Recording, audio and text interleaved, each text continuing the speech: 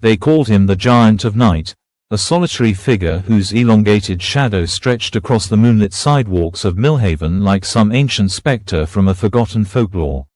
His head nearly brushed against the lowest hanging branches of the oak trees that lined the residential streets, forcing him to duck beneath them with an eerie grace that seemed impossible for a man of his stature. 8 feet and some inches of weathered flesh and bone, draped in a long black coat that never changed regardless of season, his face partially obscured by the brim of an antiquated hat, the giant emerged only after the street lights flickered to life and the good citizens of Millhaven retreated behind locked doors. His nightly promenades followed no discernible pattern through the labyrinthine streets, yet one constant remained: he was never alone. A different woman accompanied him each night, her youth and beauty a stark contrast to his aged visage. These ethereal companions walked alongside him with an unsettling synchronicity, their fingers intertwined with his massive hand, their faces upturned toward him in what appeared to be rapturous adoration. Their whispered conversations never carried on the night air, their laughter muted as if occurring in some separate dimension that merely overlapped with our own. Residents who glimpsed them through parted curtains or from passing cars reported the same disturbing detail. The women's eyes reflected streetlight with an unnatural luminescence, like those of woodland creatures caught in headlights. The disappearances began 3 months after the giant's first sighting, young women vanishing from their apartments, their workplaces, their daily routines, leaving behind half-finished cups of coffee and unmade beds. Authorities initially dismissed any connection between the missing women and the nocturnal giant, attributing such theories to the hysterical imaginations of a community gripped by fear. Yet whispers persisted, growing louder with each vanishing beauty, spreading through barbershops and grocery aisles like an infection of collective dread. "I saw Melissa with him last Tuesday night," a gas station attendant claimed of his former high school classmate, now 2 weeks missing. "She didn't even look like herself anymore. Something in her eyes was different, empty somehow." A bartender at the Rusty Nail swore he'd watched Rebecca Collins leave with the giant just days before her disappearance, though surveillance footage revealed only static when reviewed. The women's families received strange, handwritten letters postmarked from distant cities, assuring loved ones of their happiness and requesting no further contact, letters written in their handwriting yet containing turns of phrase they had never used in life. Each correspondence ended with the same peculiar sentence: "I have found my true height at last." Thomas Grayson kept a tally of the missing, 23 names scrawled across the back page of his hunting journal, 23 daughters, sisters, nieces, and friends who had seemingly dissolved into the night air of Millhaven. Thomas's own niece, Catherine, 19 and luminous with the promise of youth, had been among the first to disappear, leaving behind only a half-packed suitcase and the lingering scent of her perfume. The authorities had grown weary of his persistent inquiries, his wild theories about the giant, dismissing him as a grief-stricken relative unable to accept the more prosaic truth that young women sometimes simply leave small towns behind. These girls wanted out, Sheriff Donaldson had told him, not unkindly. Sometimes folks find their way out through strange doors, but Thomas had seen Catherine 3 nights after her disappearance, walking alongside the giant with that same vacant, beatific expression that survivors described. He had called her name from across the street, voice cracking with desperate hope, only to watch her turn her head slowly in his direction, gaze through him as if he were composed of nothing more substantial than morning mist, then continue her measured stride beside her towering companion. That was the moment Thomas knew with bone-deep certainty that whatever walked beside the giant was no longer entirely his niece. The gathering at Thomas's hunting cabin carried the somber mood of men preparing for war, 14 of them, fathers and brothers and boyfriends of the missing, passing a bottle of bourbon between them as Thomas outlined what he knew of the giant's patterns. "He always enters Millhaven from the east," Thomas explained, tracing the route on a map spread across his kitchen table.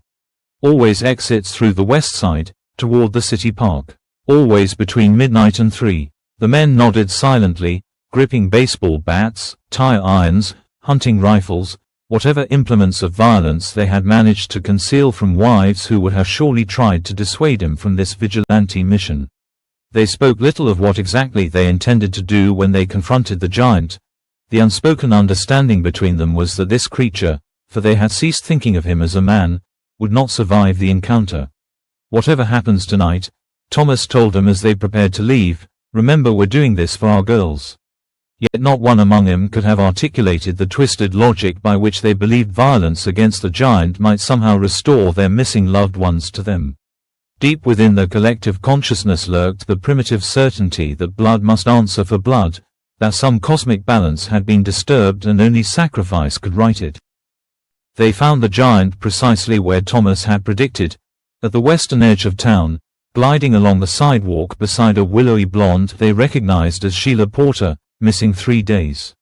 The giant's elongated silhouette stretched ahead of him like a premonition, his massive hand enveloping Sheila's as they walked in that peculiar lockstep that seemed both intimate and mechanical. The men emerged from their hiding places silently, spreading out to form a semicircle that would prevent escape back into the residential streets. The giant stopped abruptly, turning his immense head with unnatural slowness to regard the approaching mob.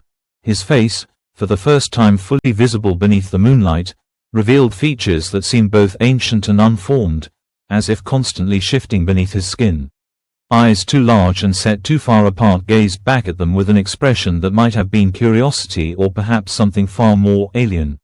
"Give us back our girls," Thomas called out, voice steadier than he had expected it to be. The giant's mouth stretched into what approximated a smile, though the expression contained neither warmth nor humor, merely the recognition of a predator acknowledging another species' futile display of aggression.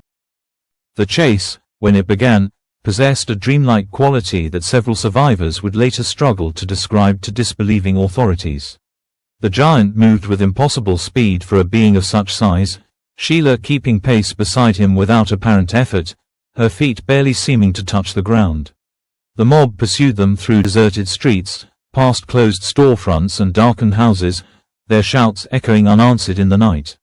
The giant led him inexorably toward Millhaven City Park, a sprawling green space bisected by Founders Hill, a modest elevation that local legend claimed was actually an ancient burial mound, though no archaeological evidence had ever confirmed this. As they watched, the giant and Sheila ascended the grassy slope with preternatural quickness, their forms silhouetted against the star-filled sky before disappearing over the crest. The mob followed, driven by rage and desperation, scrambling up the hillside with their weapons raised. Thomas reached the summit first, then stopped so abruptly that the man behind him collided with his back. "Where did they go?" someone whispered. The hilltop was empty, the park spread out below them in all directions, illuminated by moonlight that revealed no sign of the giant or his companion. Then Thomas noticed something strange out the ground beneath his feet, a perfect circle of grass that seemed to shimmer slightly, as if viewed through heat waves rising from summer asphalt. "Here," he said simply, stepping onto the circle. The men watched in horror as Thomas's body seemed to fold inward upon itself, collapsing into a point of darkness that disappeared with a sound like a distant door closing. The search for the 15 missing men continued for weeks, then months, then years, their families eventually joining the ranks of those who had lost loved ones to the giant of night. The authorities combed every inch of Millhaven City Park, bringing in ground-penetrating radar, cadaver dogs, even psychics who claimed special sensitivity to such mysteries. Nothing was found, no bodies, no evidence of struggle, no disturbance to the soil on Founders Hill that might indicate buried remains. The giant was never seen again in Millhaven, though rumors occasionally surfaced from other small cities of a tremendously tall older man walking the streets at night, always accompanied by a beautiful young woman.